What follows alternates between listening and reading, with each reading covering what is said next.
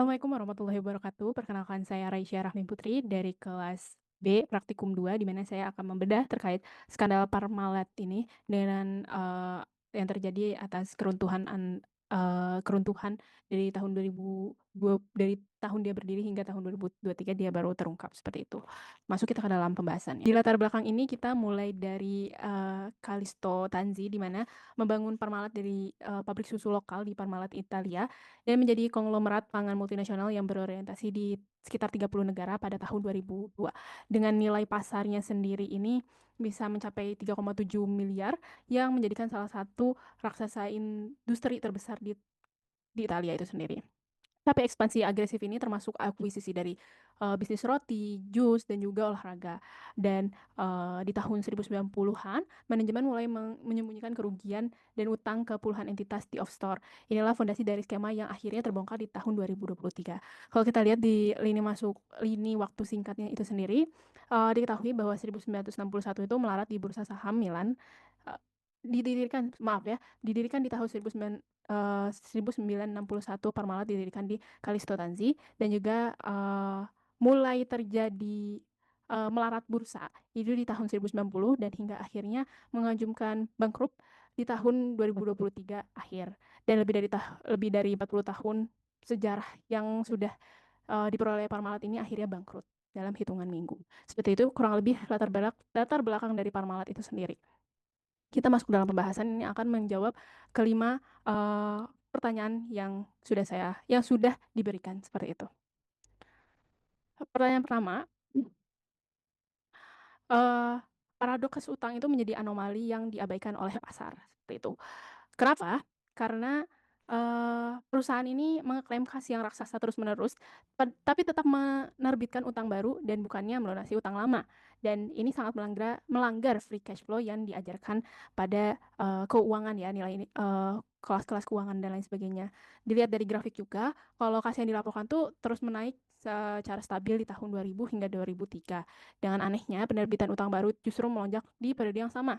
Kalau kasnya memang ada, kenapa sih mereka harus tetap berutang? Nah, bukti konkret yang jelas itu, di tahun 2003 Februari, Parmalat itu nekat menerbitkan obligasi senilai 300 juta, padahal mengeklaim kasnya berlimpah. Pada Desember 2002, ada laba verifikatif sebesar 135 juta yang dilaporkan, tetapi sama sekali tidak bisa diverifikasi. Di kasus lain juga ada pengumuman bond buyback atau pembelian kembali obligasi yang ternyata itu adalah fiktif, suatu yang sebenarnya sangat mudah dicek dan dikonfirmasi di kustodian independen. Tapi sayangnya investor dan lembaga pemeringkatan seperti S&P serta Modi tetap terpaku pada status investment grade. Mereka terpaku pada jejak global Parmalat, dan ini menjadi salah satu contoh klasik halo efek dalam analisis kredit kayak gitu. Dan mari kita bongkar mekanismenya. Di sini aku udah nyediain sekitar tiga skema yang dilakukan oleh Bonlat ini. Pertama ada piutang tertagih yang muncul utang macet dari operasi di Amerika Latin yang merugi. Lalu ada entitas cangkang offshore, di mana piutang macet ini dipindahkan ke entitas Bonlat di Epic Room dan lewat transaksi swap fiktif. Lalu ada kas fiktif dan penjualan palsu yang hasilnya ini dicatat sebagai aset lancar dan kas di neraca konsolidasi Parmalat. Ini menjadi dasar adanya skema Ponzi tersembunyi yang tergantung mutlak pada suntikan utang rahasia baru semata-mata untuk membayar bunga dari pinjaman sebelumnya. Dan yang paling mengejutkan di sini, uh, sinyal ini baru ketahuan di tahun 1999, di mana regulator pasar modal Italia itu, Konsum, sudah memerintahkan Grand Toronto untuk memverifikasi klaim deposito Bonlat senilai 3,95 miliar di Bank of America. Dokumen ini tuh 4 tahun sebelum skandal pecah, sudah dipalsukan seluruhnya. Artinya, kecurigaan ini sudah ada sejak lama. Yang hilang adalah follow through verification independence yang memadai. Kayak gitu. Masuk kita ke slide selanjutnya. Dan ini adalah runtuhnya 3 pilar besar. Dari skandal ini, ada 3 pilar kepercayaan global yang runtuh secara bersamaan. Pertama itu ada Grand Toronto, di mana mereka tuh mengaudit anak usaha di Italia dan mengesahkan laporan keuangan Bonlat yang penuh pemalsuan. Mereka gagal total untuk memverifikasi realitas di balik transaksi internal. Lalu ada kedua itu ada Dolote, di mana Deloitte ini sebagai auditor utama grup sejak 1999. Mereka terlalu terpaku pada laporan yang sudah disahkan oleh auditor anak usaha di Grand Toronto ini, tanpa menerapkan profesionalisme skeptisisme yang memadai. Dan ini menjadi contoh klasik over realistis tanpa verifikasi mandiri. Lalu ketiga ada Bank of America, di mana surat deposito sejumlah 3,95 miliar itu terbukti palsu dan hasil scan atau fotokopi mentah yang dibuat oleh staf Parmalat sendiri. Pertanyaan bertanya adalah kenapa Bank of America baru membantah keberadaan akun ini pada tahun Desember 2003? Kenapa butuh waktu bertahun-tahun untuk memverifikasi dokumen palsu tersebut? Yang akibatnya 3 lapisan verifikasi independen, audit anak usaha, audit grup, dan konfirmasi perbankan hancur sekaligus. Kegagalan sistematik ini yang membuat fraud bisa bertahan lebih dari 1 dekade. Lalu kita masuk ke lensa manajer risiko dengan menguji validitas dokumen 3,95 miliar. Sekarang, jika saya menjadi risk manager di tahun 2003, apa sih yang seharusnya saya lakukan secara berbeda? Mari kita bandingkan jalurnya. Nah, kita mulai pendekatan aktual yang gagal. Ternyata karena auditor menerima begitu saja dokumennya, konfirmasi deposito Bank of America yang diserahkan langsung oleh manajemen Borlat dan Parmalat, dokumen ini langsung dianggap sah tanpa ada verifikasi melalui saluran independen ke pihak bank itu sendiri. Ini adalah pelanggaran fatal yang terjadi fatal terhadap prinsip audit itu sendiri. Dan kalau kita bandingkan dengan prosedur yang standar yang seharusnya dilakukan oleh auditor itu ada ya, pertama untuk kas di bank itu verifikasi yang valid harus datang langsung ke banknya. Untuk piutang itu harus dikonfirm ke pelanggannya. Lalu untuk wesel tagih juga harus ditanya dari pembuat surat secara independen itu sendiri. Pada dasarnya, prinsip dasarnya sangat sederhana. Bukti paling andal untuk pos apapun di neraca yang datang langsung dari pihak eksternal dan independen, bukan dari manajer yang jelas-jelas punya intensif untuk manipulasi data. Nah, pertanyaannya adalah, apakah dokumen Bank of America ini diterima secara independen langsung dari pihak bank atau dititipkan oleh klien? Menyatakan aset overstore tanpa adanya verifikasi dari pihak ketiga adalah pelanggaran berat terhadap asas profesionalitas skepsis. Mari kita lihat bagaimana geografis dimanfaatkan sebagai senjata melalui 4 titik simpul utama. Kita lihat dari Italia.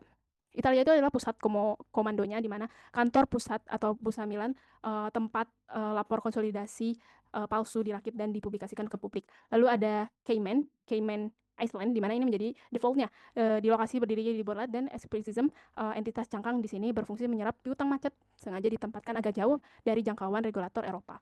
Lalu ada Bahamas, di mana Bahamas ini melalui Parmalat Financial Reason SPA, struktur holding di sini digunakan untuk mengaburkan kepemilikan sesungguhnya dari grup.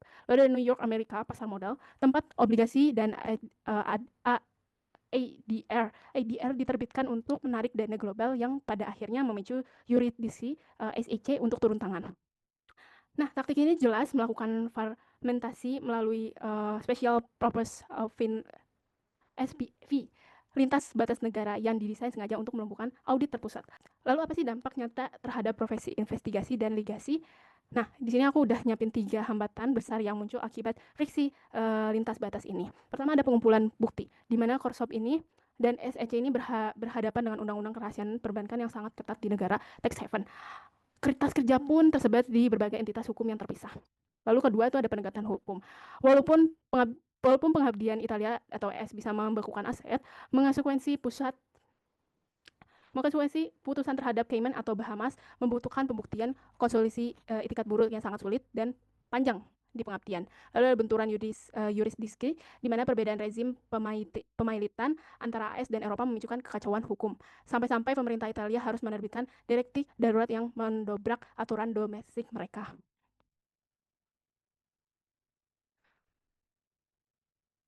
Nah, di sini saya ingin memetakan kejahatan ini ke dalam spektrum 3 tahap eskalasi di tindakan. Yang pertama ada rekayasa finansial, di mana alibi awal menjaga perusahaan tetap mengapung melalui SEV derivatif, di mana mereka ini yang menggunakan SEV atau derivasi kompleks ini untuk menyembuhkan kerugian ekspansi di Amerika Latin agar rating utang tidak jatuh secara teknis. Secara teknis ini seringkali masih berada di area abu-abu. Lalu ada tahap 2, di mana pelaporan kecurangan ini dinilai agar hukum melanggar secara nyata. Mereka mulai memasukkan dokumen bank Bonlat secara harfiah dan mencatat pembelian kembali obligasi fiktif demi menghilangkan liabilitas tersembunyi dari radar. Ini sudah mulai masuk ranah kriminal. Lalu ke tahap ketiga, di mana penjarahan pribadi. Pada akhirnya, ini berujung pada keserakahan murni saat skema terbongkar. Nah, diketahui bahwa keluarga Tanzi ini diam-diam membelokkan dana sebesar 600 juta ke rekening pribadi mereka, termasuk menerima kickback dari vendor kemasan asal Swedia dan Tetra Pak. Pada dasarnya prinsip pembedaan yang harus kita pegang itu adalah garis hukum yang dilanggar, bukan saat nilai berubah menjadi hukum, melainkan nilai laporan keuangan berhenti mencerminkan realitas dapat diverifikasi secara independen. Terlepas dari apapun motif dibaliknya, alasan demi penyelamatan perusahaan tidak akan pernah menjadi pembelaan yang sah di mata hukum terhadap dokumen yang sudah dipalsukan.